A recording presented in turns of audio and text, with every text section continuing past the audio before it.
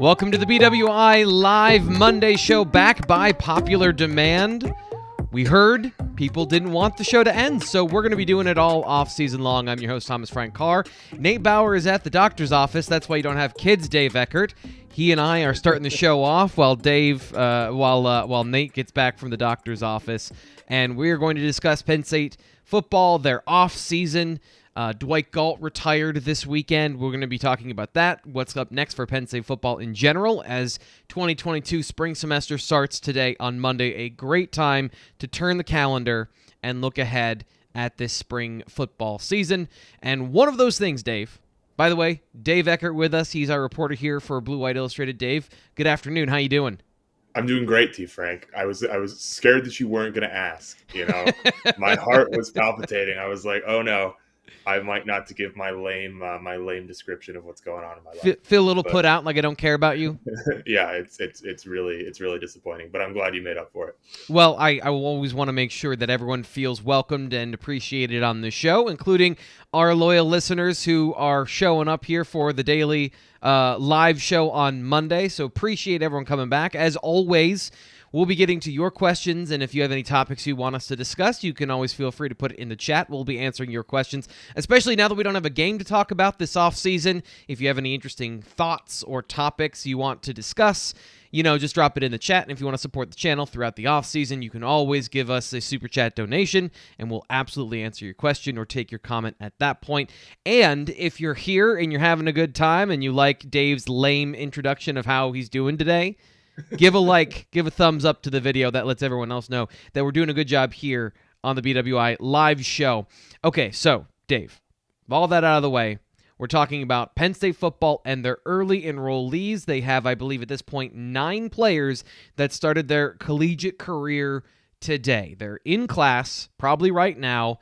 I have not seen any of the tweets of them sitting at the front of the class yet. Are you a little surprised by that? What is that?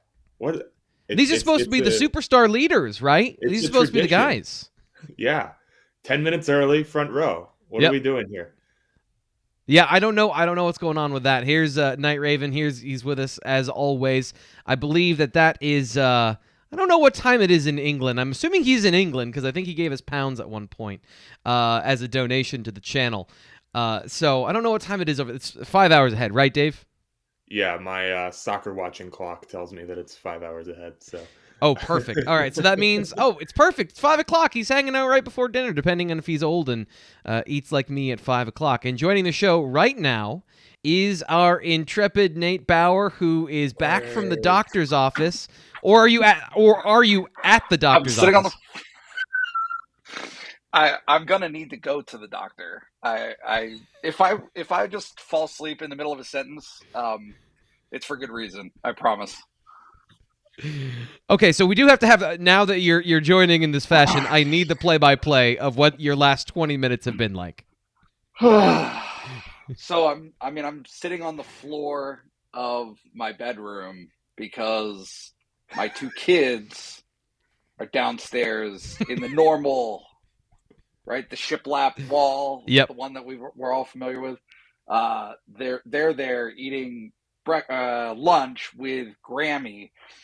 So listen, can I just take like 2 minutes here to explain real quick? I promise. There's an infection in one of the daycare rooms. Okay, the policy. I'm going to cut through all of this.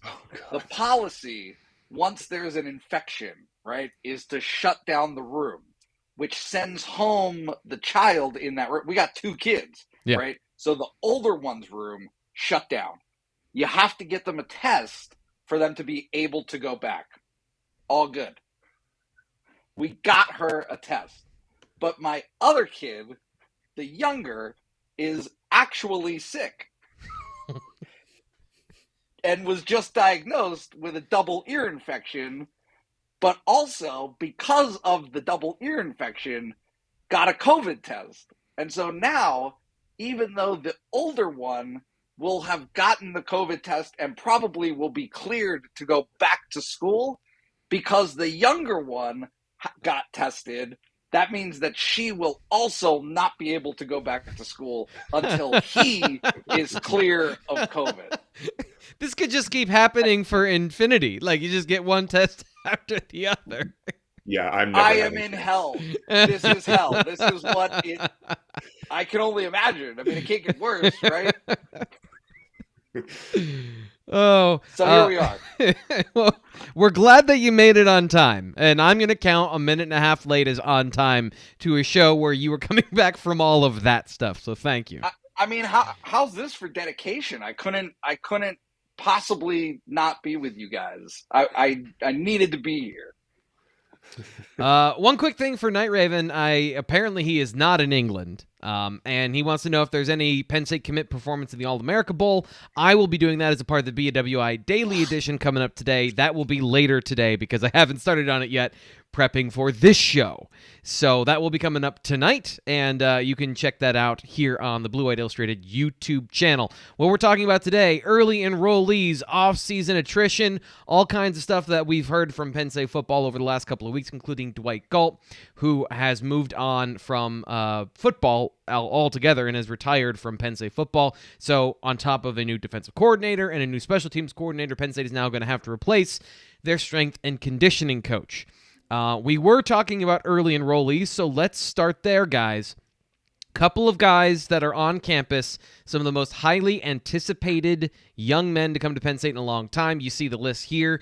As of today, this was the early enrollee list. Both quarterbacks, Bo Perula, Drew Aller, Katron Allen, and Nick Singleton in the backfield. Lots of offense here, as you can see. And, of course, the one lone defender, Zane Durant. Which one of these players are you most intrigued by as far as what you want to know more about, or a guy that you think is going to be important to this story coming into 2022 spring? Dave, Nate, I'm going to give you a chance to collect your wits. Dave, I'm going to start with you. Which one of these guys are you interested in or that piques your curiosity the most? Yeah, I mean, I feel like the answer to the question is Drew Aller, right? I mean, it's tough to go in a different direction. I think Nate is going to go with Nick Singleton if I can put my crystal ball on. Nailed it. I just think, he's probably the best quarterback prospect maybe ever that Penn State has ever landed. He's certainly the best they've landed under James Franklin. He's getting glowing reviews everywhere that he goes, including the All-American game this weekend. I mean, it's hard not to be intrigued by that. So he's the guy that I'll go with. Nate, what about you? Who's intriguing you the most out of that group? So some breaking news here, just to pass along. I told Dave, and I'm mostly kidding, but I actually did see Nick Singleton this morning. And so he's on campus. That counts, right? But also, dude, he is big. Like, he's a dude. Like, you see him and he passes the eye test, like 100%. So in terms of players who I anticipate could make an immediate, and when I say immediate, I mean August, September impact. Yeah, I think Singleton is my pick for sure. And in the spring, honestly. Like, he's just, given the situation that Penn State has on the offensive line, right? Let's call a spade. Not good. Not a good year. No signs of, huge improvement either, right? Not to say that it can't happen, but I don't think you're going to see a meteoric rise for that group, which to me means, hey, you better have somebody, right, among those running backs. I don't know who it is, but if I am looking and conceiving of players in that list that you just showed, those 9, yeah, Nick Singleton's in there for sure. And Nate, you have some donations, I think, personally from Stephen Light here from our chat, and he wants to make sure you're okay with your pediatric bill. He's donating the channel, and Night Raven wants you to know we that have you're... health insurance.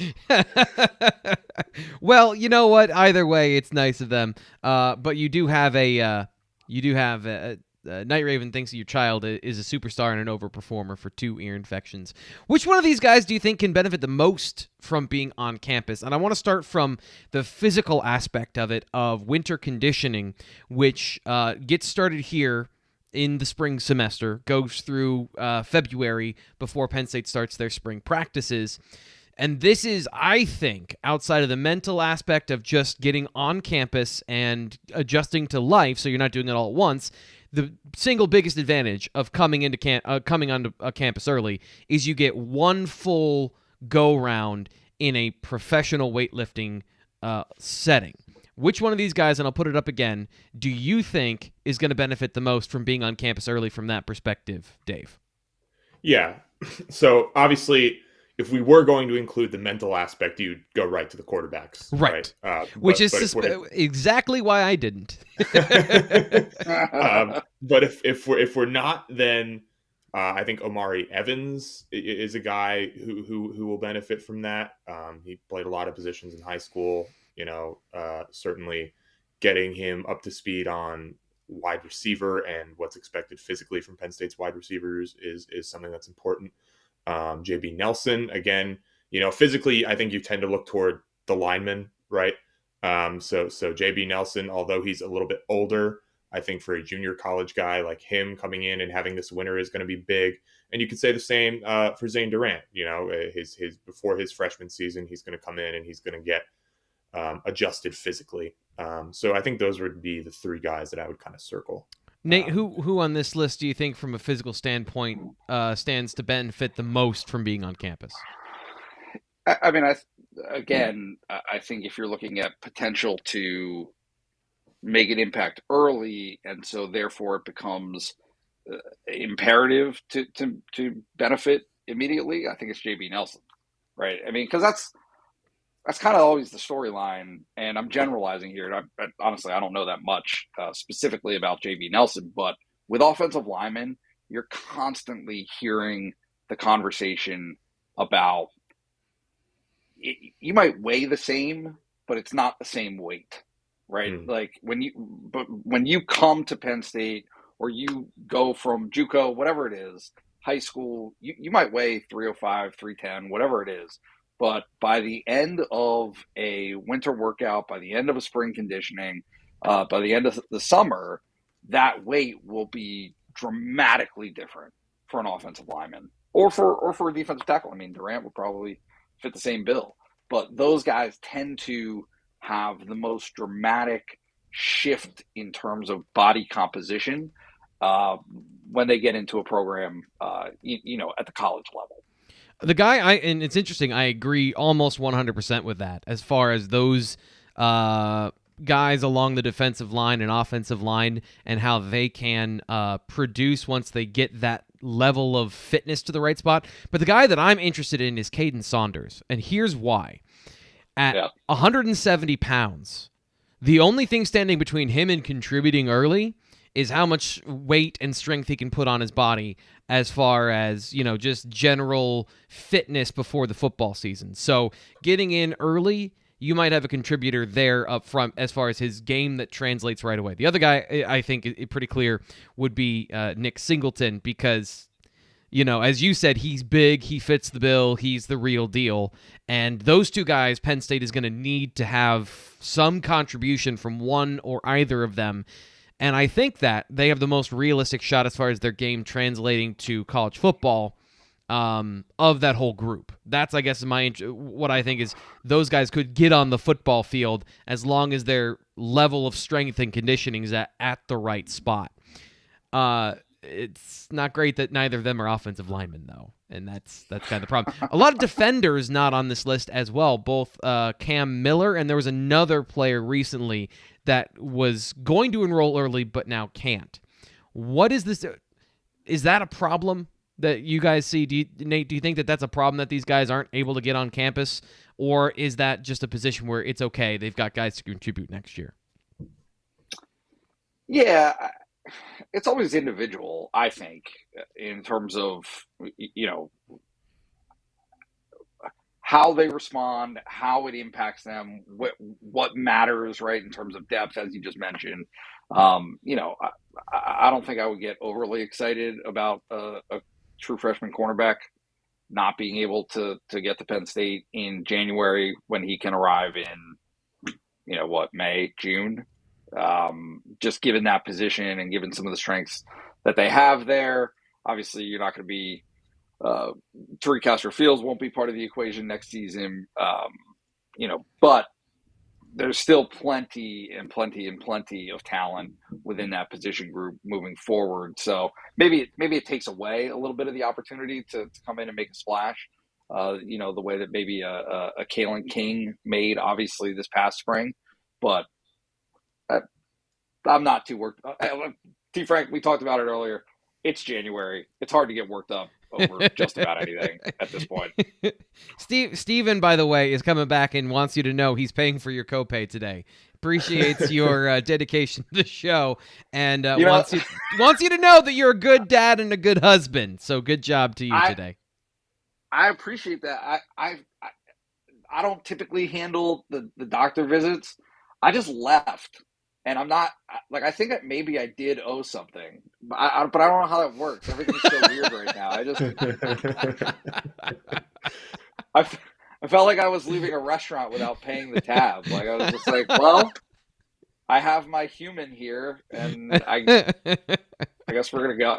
I guess we're gonna leave. That's awesome. Oh my gosh, that's awesome. On their way to my door. What about not early enrollees? I know we just talked about those guys from a good little bit there about the young guys that can stand to benefit from this offseason. Who's somebody that you think really needs this particular offseason to contribute next year, where they need to not get injured, they need to make those strides, they need to put on the good weight before spring ball in April? Who's on your mind when I say that, Dave? Yeah, it's interesting because there's a couple of places where Penn State really needs development. Obviously, the offensive line, you can list any of the talented young offensive linemen that they have as the answer to this question. And then, you look at linebacker, I think is another spot. Similarly, your Kobe Kings, your Jamari Buttons. We think that this is a position where Penn State would like to add someone in the transfer portal, but we know that doesn't always work out that way. So those are two guys that I think this is a big winter for.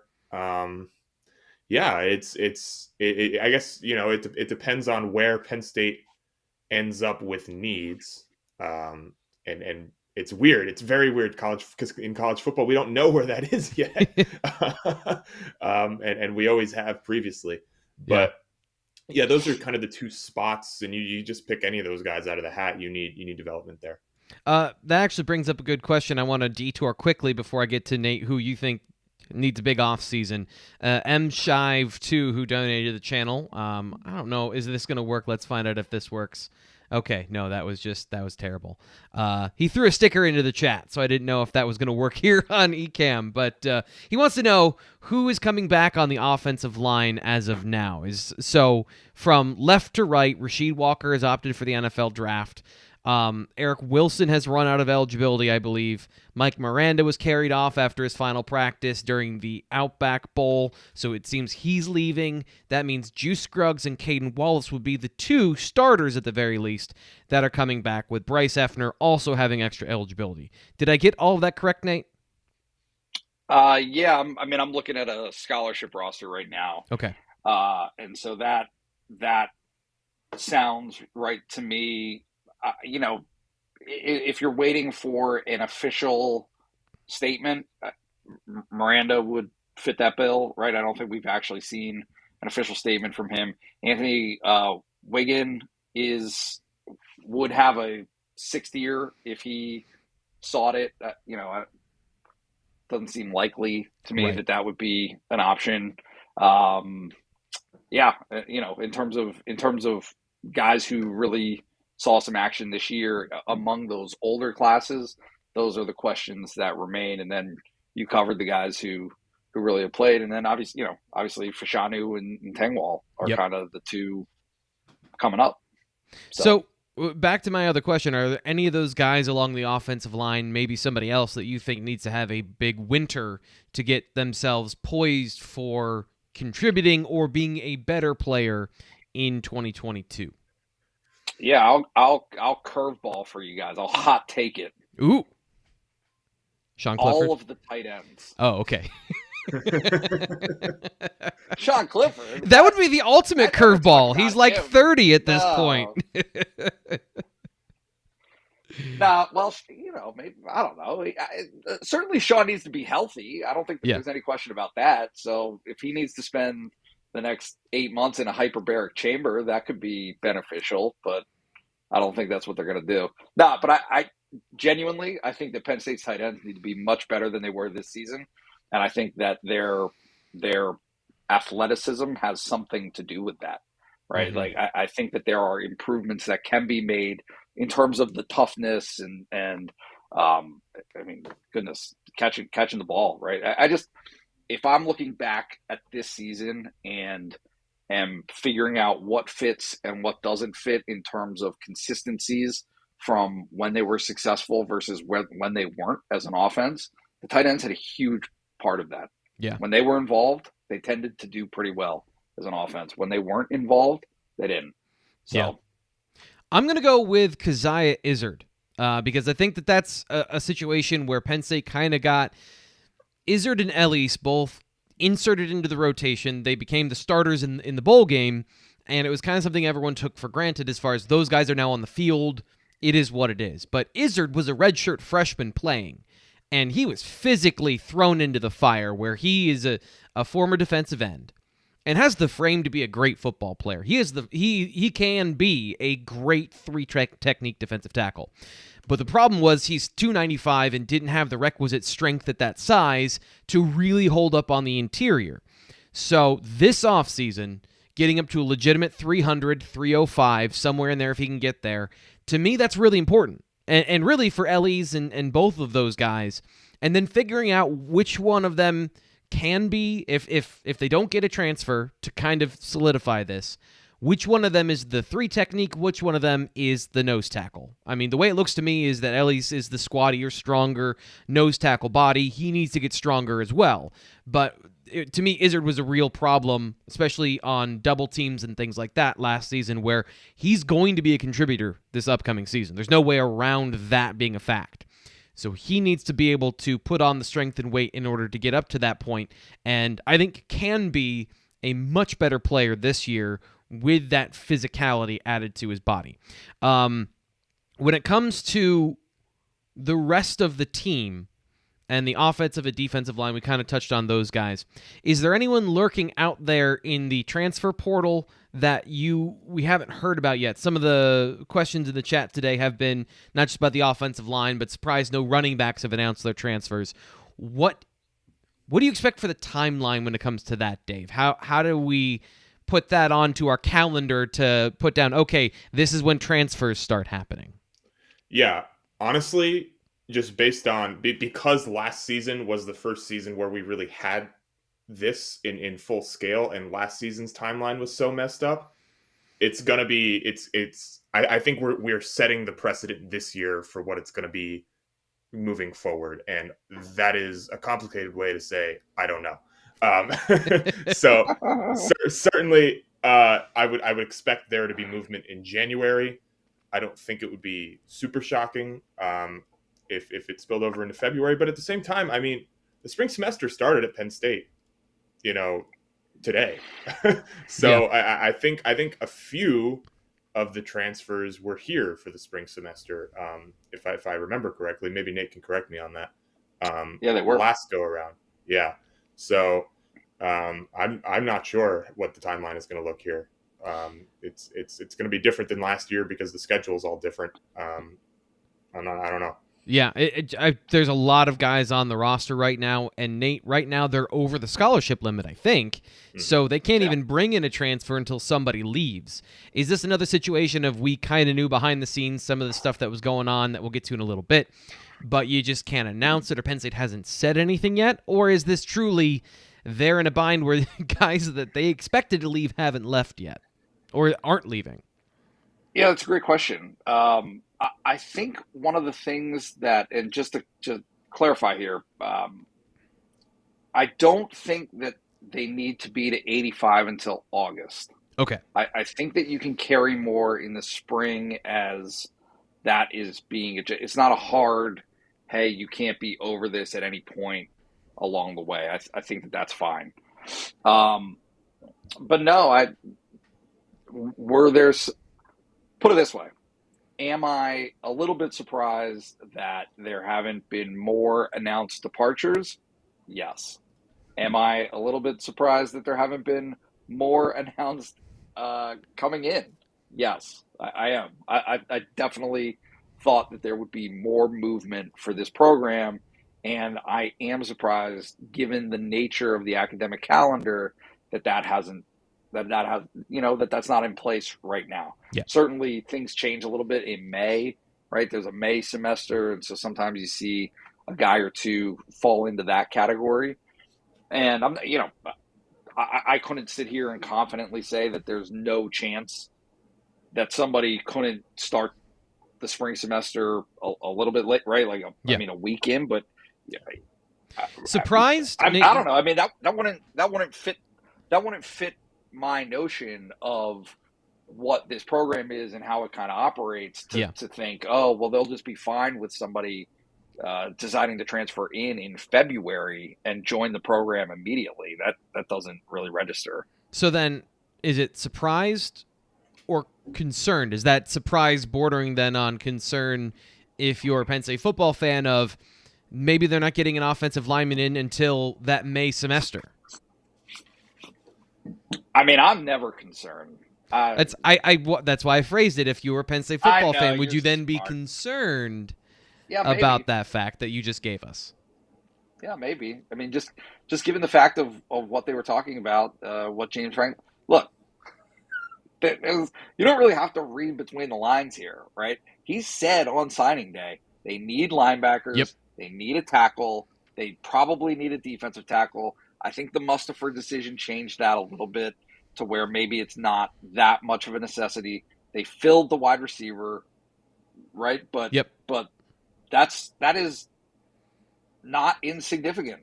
You need a tackle, and you need at least, I think, a linebacker or two. Well, right now, your starting linebacker, as far as I can read it, your starting Sam linebacker is safety Jonathan Sutherland. That is not great. And I don't want to take anything away from Jonathan Sutherland. I really don't. But so far, what they would have gone from is 6'5", 242-pound Brandon Smith 2 years ago, 6'2", 230-pound Curtis Jacobs to 5'11", 215, 220-pound Jonathan Sutherland. Like, that's a huge change in the body type and the player at that position. Now, it doesn't have to be bad, but it also doesn't align with what they've done recently. So, yeah, they need a linebacker, and I think they specifically need that to be filled there. Is this all fluid still? And Dave, back to you. You're not really understanding how everything is not set yet. Is this all fluid? Is this all subject to change when it comes to departures and arrivals? And I know we kind of just covered that, but how much latitude is there in this change in the offseason? Yeah, I think it's totally fluid. They could certainly, there might be a departure that they're not expecting, and then all of a sudden they need to make an addition that they're not expecting. So definitely, I think it's very fluid. Yeah, I mean, these are college kids, right? I mean, it's these guys, asking them to know exactly what they're doing 5 months ahead of time. I don't always know that that's a super reasonable thing. Yeah. So I don't know that either. I didn't know what I was doing, and that was me 3 years ago. So, yeah, it's fluid, certainly. I'll be interested to see how it happens. I think it's interesting that James Franklin named what he wants on signing day, because I don't necessarily know that he does that usually. And so now it's created an expectation. So we'll see how that goes. Nate, is that kind of a advertisement from James? Is that like, hey, throwing up a Craigslist ad for any offensive tackles that are interested in coming to Penn State. He has done that before. I remember, I'm going to call it an Ohio State game, something pre-COVID, right, where the recruiting lounge was filled upstairs, and he literally in the post game said something to the effect of, and if there's any defensive ends, we could use a defensive end, right? Like, I mean, he was just a cry for help. I do remember that. I remember that because you can see what you don't see if you ever watch the post-game press conferences is if you look up, the recruiting lounge has a railing around the press conference. It's like a little square cut out of the floor, and they can look down on the press room. And he just looked up at all, and I looked up, and all of these like 17-year-old kids were hanging over the railing looking at James Franklin. It's one of two times he's ever addressed that group. It's like a gallery to watch a surgery, right? Yeah. No, but he made it plain. He also said, though, that there was the potential to bring somebody in, potentially in a more traditional manner of the recruiting class, right? So stragglers who are out there, guys who are uncommitted, guys who, maybe had a change of heart late in the process, who opened things back up. Certainly, I think there are some possibilities there, but yeah, I mean, obviously Ryan Snyder of our staff has identified a couple of guys right on the offensive line who Penn State is interested in. I think we've talked about a couple of defensive linemen who could be a potential fit. So, yeah, I mean, look, it's never hard and firm, right? Like these things are always changing. They will continue to change. And I'm sure that Penn State is actively looking for the best fit and the best options that they have as these things go along.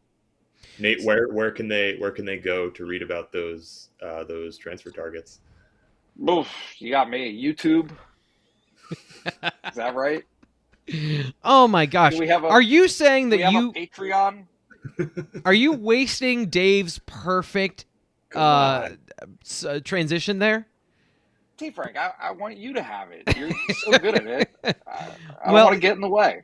Well, I appreciate that. Well, Dave, phenomenal job. That was a perfect transition to that awkward transition to the fact that you go to BlueWhiteIllustrated.com, you sign up for just $1, and you get 12 months of access. As always, the link to sign up is the first link in the video in the description. So you just scroll down, you click that, you go there, and bang, one of your American dollars, or I don't know what the conversion is in euros or pounds or in francs or dinars. Lira. I think it is lira. I don't know. I'm terrible with Turkish lira. Is that what that one sounds fancy. So we'll end with that one. Whatever the conversion rate is, you only have to give up one of them for 12 months of access. BlueWhiteIllustrated.com. You get all the premium content. I will have, as I think somebody's asking here, performance from Aller in the All-Star game wasn't spectacular. So I will give you all of that coming up in a premium content item later today as part of the BWI Daily Edition. So stay tuned for that. Make sure you go subscribe and you give your dollar so that you can get access to that. Anyway, this has been a off-season of change for Penn State, not just with players leaving and some key players like Jahan Dotson moving on. It has also been one very much on the administrative side for Penn State football. This has been a big change for James Franklin, who likes consistency. And as you'll see here, these are the main guys that have left the Penn State football program over the last month, from Brent Pry starting things off all the way down to Dwight Galt, who retired this weekend. And, of course, for the first time, I didn't realize this, first time ever, James Franklin had a player opt out of a bowl game, or at least that's what he said, of having 6 players opt out of the bowl game. So, Nate, I want to ask you, because you're our administrative big picture guy. First off, how's James Franklin handling all of the transition, and how do you think he handled all of the transition this offseason? Yeah, I mean, I think the one thing that he has made clear right over the last months is things that appear sudden to us, right, in the media and fans, what have you, aren't necessarily that way behind the scenes. And so Brent Pry's departure had a lead in, right? Like Joe Lorig's departure had a lead in. There's a reason that Stacey Collins was announced as the hire the next day, right? That doesn't, especially at Penn State, that doesn't happen unless James and Penn State were very obviously well aware of what Lorig's intention was, really probably a week prior, if not more. So no, I mean, I look, this is college football. It is. There is constant staff movement. There is constant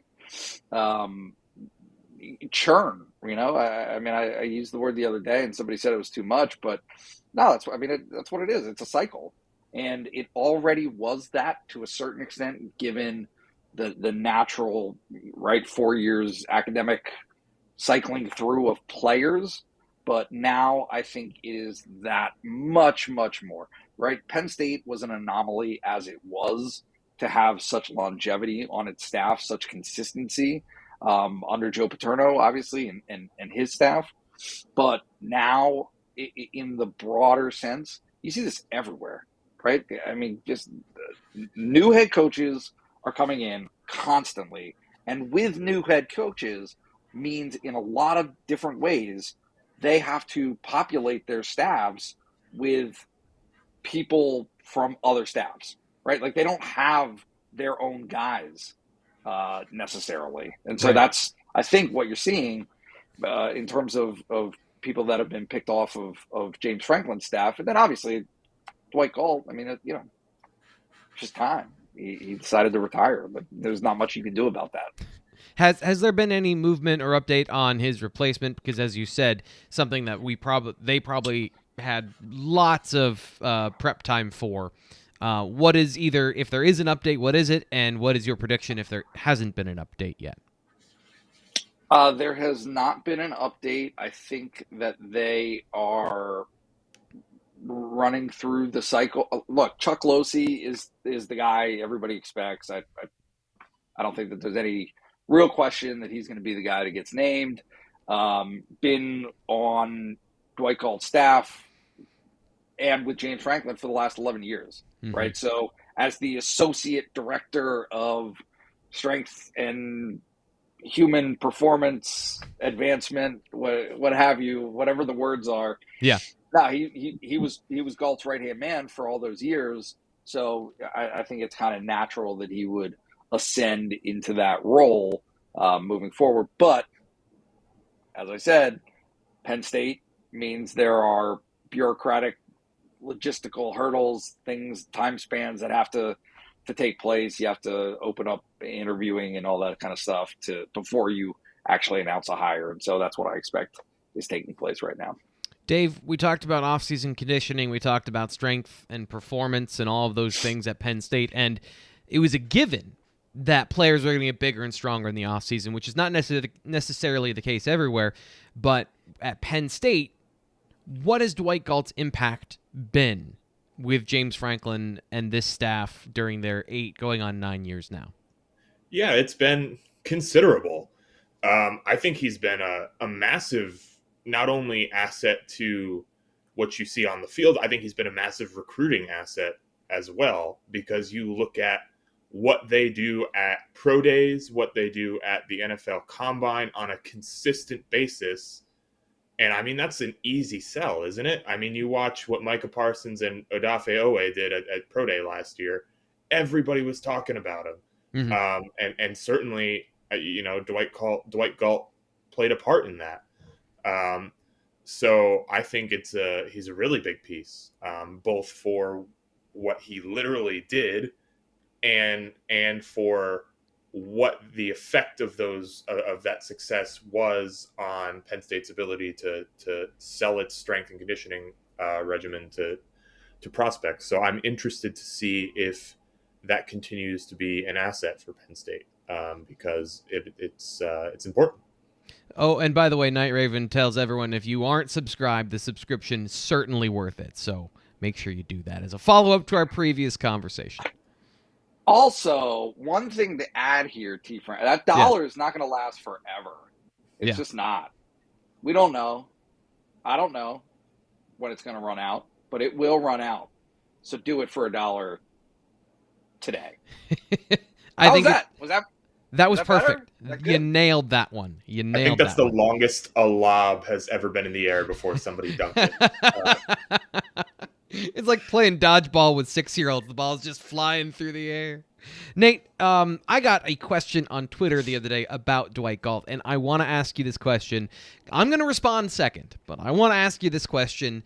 Does he get too much credit for Penn State finding freak athletes like Saquon Barkley and Mike Gesicki and Micah Parsons, or is his contribution into their career legitimate? Because somebody told me the other day that he was overrated because the offensive line isn't strong.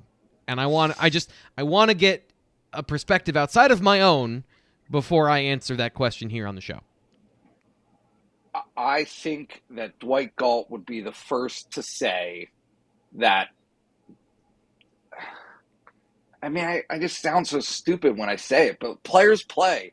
I'm sorry. That is what it is. Like, if you're not determined, if you don't have your own work ethic, if you don't approach that element of your development as this essential, urgent ingredient to getting to the next level and being the best that you can be, you're not going to have success. It doesn't matter who your strength coach is.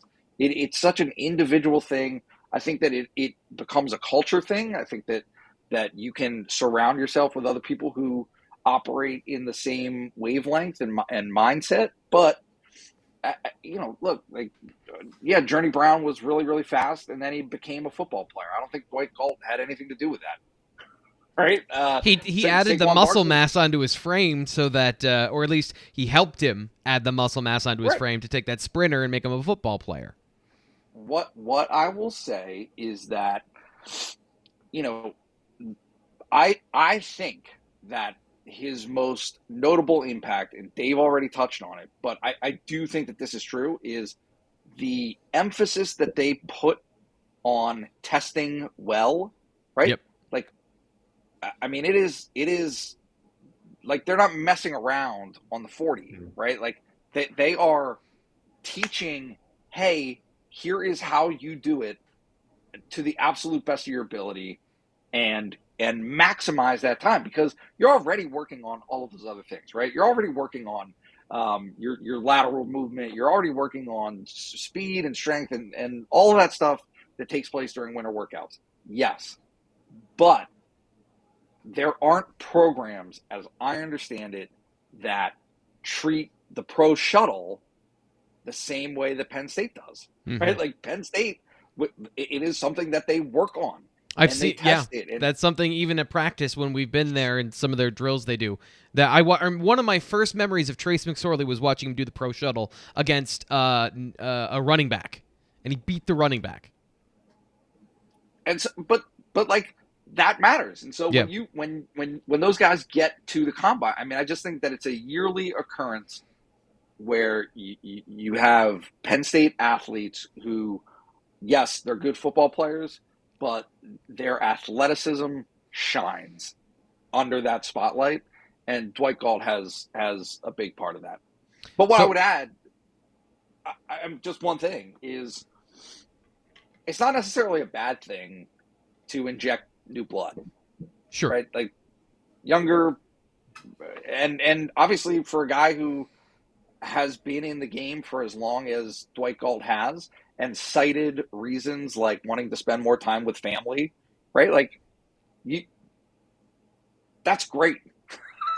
Like you want to encourage that in your program of, hey, if that's where your heart is, if that's where your head is, and you can't be a crazy 100,000% invested, right, in what you're doing in terms of the strength staff, that's a good thing.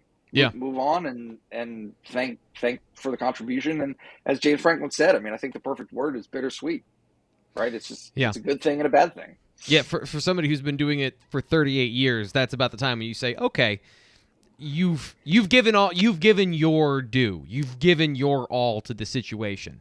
So there's two things I want to bring up when it comes to Penn State football and Dwight Galt with this particular conversation. The first is something that I would have not noticed on my own. My wife is a personal trainer. She just got her strength coach license this past fall, and she was telling me one of the biggest things about a proper strength training program is a lack of injury. And yes, Penn State has had injuries when it comes to broken bones or ligaments or things that happen because of contact on the football field. But what they don't have is a ridiculous amount of soft tissue injuries. So that means your muscles, your pulled hamstrings, your quads, your any of those things. Penn State's athletes are always ready to play unless they've broken something in the course of play. And that comes from proper strength training and proper development. The second thing is freaks don't happen by accident. You want to talk about the freaks that Penn State has put out there, from Saquon Barkley to Micah Parsons and Odafe Oweh.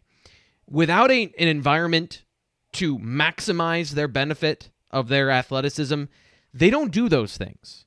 They would do them later when they got into a proper strength training program in the NFL or wherever it else is that they would go. You don't see guys that leave Penn State and then suddenly turn into the best football version of themselves. That typically happens within the confines of Penn State, where you do have these guys that are testing crazy numbers and have crazy abilities on the football field. It's not like this is just testing numbers. So is there a lack of football players along the offensive line that have reached that potential? Yes, but there's also been a lack of football players that had that potential on the offensive line. So if we want to wrap everything all into the offensive line isn't good, so everyone has to be blamed for that, that's not correct. That's just not correct. So we're going to move on from this topic because, as always, a 45-minute show has already hit 45 minutes. There's a couple things I want to talk about before we go. There have been a couple close calls for Penn State and James Franklin on his staff. Jaywan Sider just turned down a job at Florida State, I believe. He's been offered by 2 Florida schools so far this offseason. And Anthony Poindexter decided to return after being offered or being in negotiations to be the University of Virginia head coach. Are there any other moves that we need to be aware of? Anything else on the horizon, Nate, that you would foresee coming at some point? Anything else? Any other retirements? No. This is the prep for next week at this point. I just want stuff to put on the rundown. I'm just trying to get my kids back into daycare. I can't worry about more retire. No, I certainly it would seem that the bulk of the movement in the coaching circles has already taken place. There's probably a little bit more to go. I mean, I think that, and I'm spitballing here, but I think the AFCA, right, the American Football Coaches Association meetings are probably right now or soon to, they usually happen in line with the national championship game. Mm-hmm. So I'm guessing there are some conversations being had, but I would think that the bulk of the movement is probably has probably already taken place. What are you thinking about this week as far as we're now into the 2022 season? Dave, what's on your mind with Penn State football this week if we haven't covered anything? What can people read from you coming up at BlueWhiteIllustrated.com, which you sign up for just $1? Yeah, what's on my mind is why the heck haven't they sent these tweets out, T. Frank? That's what I want to know. I want to read the same tweet 9 times or 10 times or whatever it is. But yeah, I mean, seriously, we're in a little bit of a holding pattern here. What? But did you miss the early enrollee tweet? I think he was still setting up in his bedroom when we were talking about the fact that we haven't had any news and we haven't had the tweet saying they was moving on yet. X, Y, or Z is moving on. No, I was going for the early enrollees sitting in class in the front row. In the front of class, that one.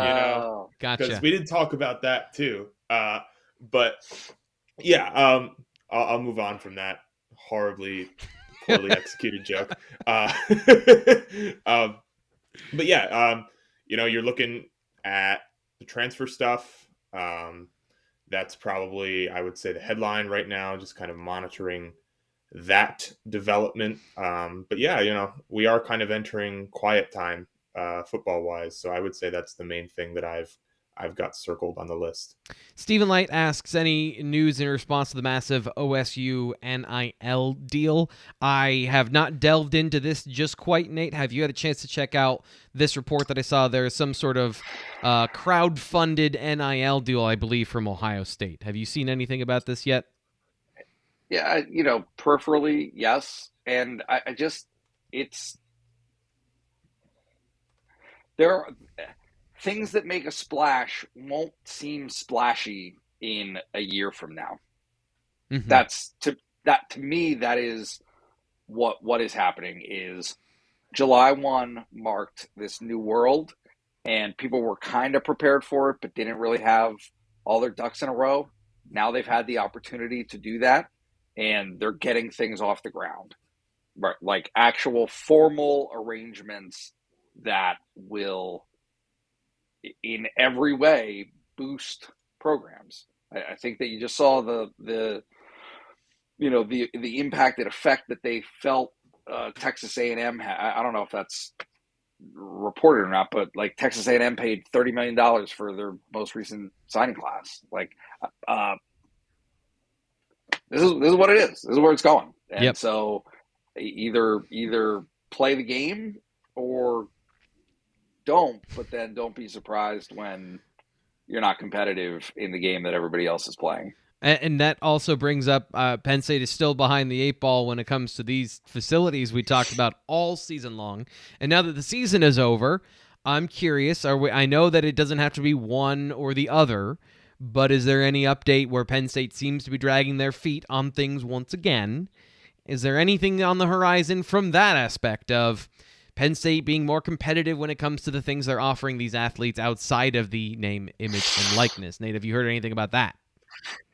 No, I mean, I really do think it's just, I think that what you saw in December, holding the signing day ceremony in the weight room, which has one wall in the process of being removed so that they can expand it, that was very intentional. Yeah. Right? Like, they could have put it upstairs. They didn't have that many people in there. No, this is the point. The point is you want to draw eyes of your fans, of recruits and their families, the next set of recruits and their families, to the fact that you're doing something. Doesn't matter what it is. I mean, it does, obviously. There are practical needs that the program has, but it is an opportunity to demonstrate a commitment to continued development as a program and for the players under your charge. 3 minutes left here on the show, the BWI live show here on Monday. Thanks to everybody who contributed in the chat. Thank you for following along and watching. Hopefully you enjoyed this. We're going to be doing it all off season long. I was unsure when we ended the show last week what our plans were, but we had such an overwhelming response that people wanted to come back and they wanted to hang out on Mondays. We're going to be doing it for the rest of the off season, or at least for the foreseeable future. I don't know about this summer when I want to go on vacation, but it'll be coming up for the foreseeable future in the winter and in the spring. So, but one thing I do want to ask, we talk mostly about football, but you guys are our basketball guys. Penn State had a close game with Purdue, the number 3 team in the nation. So, Dave, what can Penn State fans expect from the basketball team as they've entered now into Big Ten play, where they've won 2 games in a row and one close game with the top team? Is that going to be the team they're going to be, or is there more up and down to come? Yeah, I mean, I guess my read at the moment is that they're going to be competitive. That does not mean postseason. That does not mean beating good teams. It means not getting blown the heck out of the gym every time they play, which was kind of what I was expecting, before the year started. So certainly I've been pleasantly surprised. I think, you and I have talked about this a little bit on the daily, I think, T. Frank, but they got Greg Lee back, who was a transfer forward from Michigan, Western Michigan, and he's been really big for them because he allows them to have more size on the floor. They've had 2 big guys out there pretty much all the time ever since he's been back and available fully. So I think that's been big for them because their problem all year has been getting fewer shots than their opponents. They're a relatively efficient team. Offensively and defensively, they're not inefficient. They can score the ball at a decent rate. It's they're turning it over too much. They're surrendering too many offensive rebounds, and that's just creating this possession imbalance that at the beginning of the season was very difficult for them to overcome. Now that they've got that size, they can crash the boards a little bit. It's not really the case. I think they were even on rebounds with Purdue on Saturday, and Purdue has a 7'4" guy and a former All Big Ten player off the bench to replace him. So that's a good outcome. Nate, how has the first season gone with Micah Shrewsbury? What's your read on the big picture with how this team is doing? Yeah, good. I think that I love the abstract. There's some buy-in that I think you're starting to see. Some that still remains outstanding that needs to happen for them to kind of meet their potential. But yeah, I thought that if Jalen Pickett can be that guy and do it a lot, and he has been doing it a lot in the last 6 games. I mean, it's kind of crazy. He was, I pulled the number the other day. He was shooting like 31%, I think, in the first 10 games, and has been 46% from the floor, 47% from the floor since, and has had some really, really big numbers like that. That's just that can get you over the top. But what they didn't have on Saturday, and this is maybe beating a dead horse in some ways, but Miles Dredd, who made a shot at Northwestern, had an opportunity and missed against Purdue, right? Like that's a big miss. Seth Lundy, who made shots against Northwestern, couldn't make shots at the end. He was absent really from the first 30 minutes of the game against Purdue. Like you can't have Sam Sessoms was really a no-show on Saturday. You can't have guys who you rely upon, right? I mean, they just, the bench is not that deep at Penn State. You can't have 3 no-shows. And I'm not saying they were all. As a fat guy, it's easy to say that. Like it sounds stupid. Like, but they didn't play to their potential. Right. They didn't do enough. Consistency is the key. Your guys that are playing have to be consistent because there's nobody else to pick up the slack, because the guys that are playing are the guys that are playing. And one guy I want to bring up here to end the show, Dave. How much is John Harrar respected, not just by Penn State, but by the Big Ten or the basketball community? I think considerably. In basketball, I think more so than football, it's really easy to identify the guys who just try really hard all the time, and everyone just kind of comes together to love those guys. And John is certainly one of them. And he's got an interesting story, right? He was going to play tight end at Army, and here he is. He's an excellent big guy for Penn State. I think before Purdue, he was one of 2 guys in the Big Ten who are averaging a double-double. So clearly he's a difference maker, and you hear from around the conference. I mean, we hear from the opposing coach after every game, and he's always one of the guys that they mention because, again, I think he attracts people to him because of, one, how he plays the game, and don't worry, 2, there's more. I'm going to throw this up at the bottom. Dave's all over the place with his enthusiasm today to end the show. Yeah. Wow. Yeah. Yeah. So, as far as his respect, I don't know that it could be much higher, really. We're going to end on that just because I think Dave took us out on what is the emotional roller coaster it is to love sports. Where Dave, I feel like, from our listeners and from the people that follow this show, showed some of the most emotional passion about Penn State football this past season and some of the negativity and the frustration of the team. And here he is, 2022 Big Ten champions Penn State football, 21 Big Ten champions Penn State men's basketball. He is all about it, guys. He is riding high now that it is the new year, new Dave. I think that's a great way to go out. So thank you, both of you, for coming on the show today. And thank you to everybody outside of Dave as well, Dave, but and then everybody else that contributed to the show from the comments and from the listeners. This is the BWI live show. We'll be back next Monday at noon. Put it on your calendars. We will have information before the show to remind you, but always Monday at noon here on YouTube. I'm your host, Thomas Frank Carr. We'll talk to you then.